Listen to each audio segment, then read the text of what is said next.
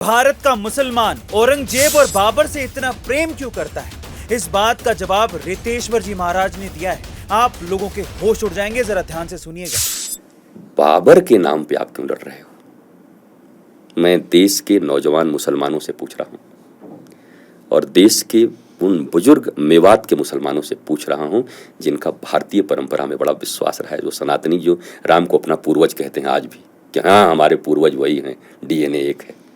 मैं उनसे पूछ रहा हूं, मैं अब्दुल हमीद के वंशजों से पूछ रहा हूं, मैं एपीजे अब्दुल कलाम आजाद के वंशज से पूछ रहा हूं, इन राष्ट्र इरस खान के वंशजों से पूछ रहा हूं कि क्या आप ही के स्थान पर कोई एक ऐसा व्यक्ति जो भारत में बाबर की बात करता हो?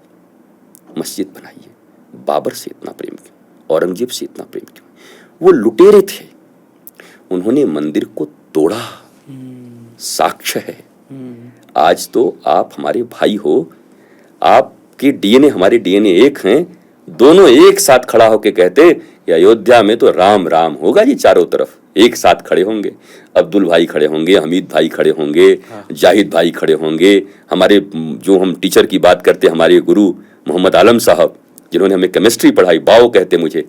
पाकिस्तान जब क्रिकेट मैच में हारता तो मुझे जलेबी खिलाते थे, बाओ जीत गया अपना हिंदुस्तान। इतने ज्यादा दृढ़ प्रतिज्ञ थे वो, कोचिंग क्लास कराते रहते थे, पढ़ते रहते थे और बहुत कमेंट्री सुनते थे हम कि सर आज क्या होगा, देखो ना बाओ क्या होगा, कपिल देव भी आउट हो गया, पता नहीं क्या होगा।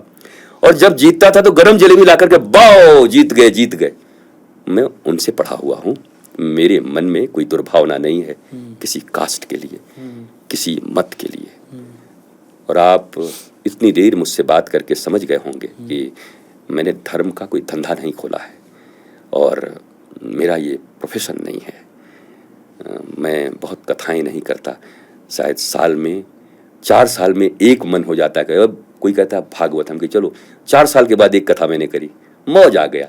नहीं तो ऐसे एक एक स्टेट में या अलग देशों में जा करके वन डे के ब्लिसफुल लाइफ के लिए, सनातन संस्कृति के लिए, राम जी के लिए मैं बोल आता हूँ, बात कर लेता हूँ। हजारों लाखों लोग रहते हैं, क्योंकि मैं किसी चीज़ को बहुत ज़्यादा ऐसा नहीं बनाना चाहता कि लोग ये कहें कि आपका ये प्रोफेशन है क्या, आप पैसे कमाने के लिए करते हैं क्या।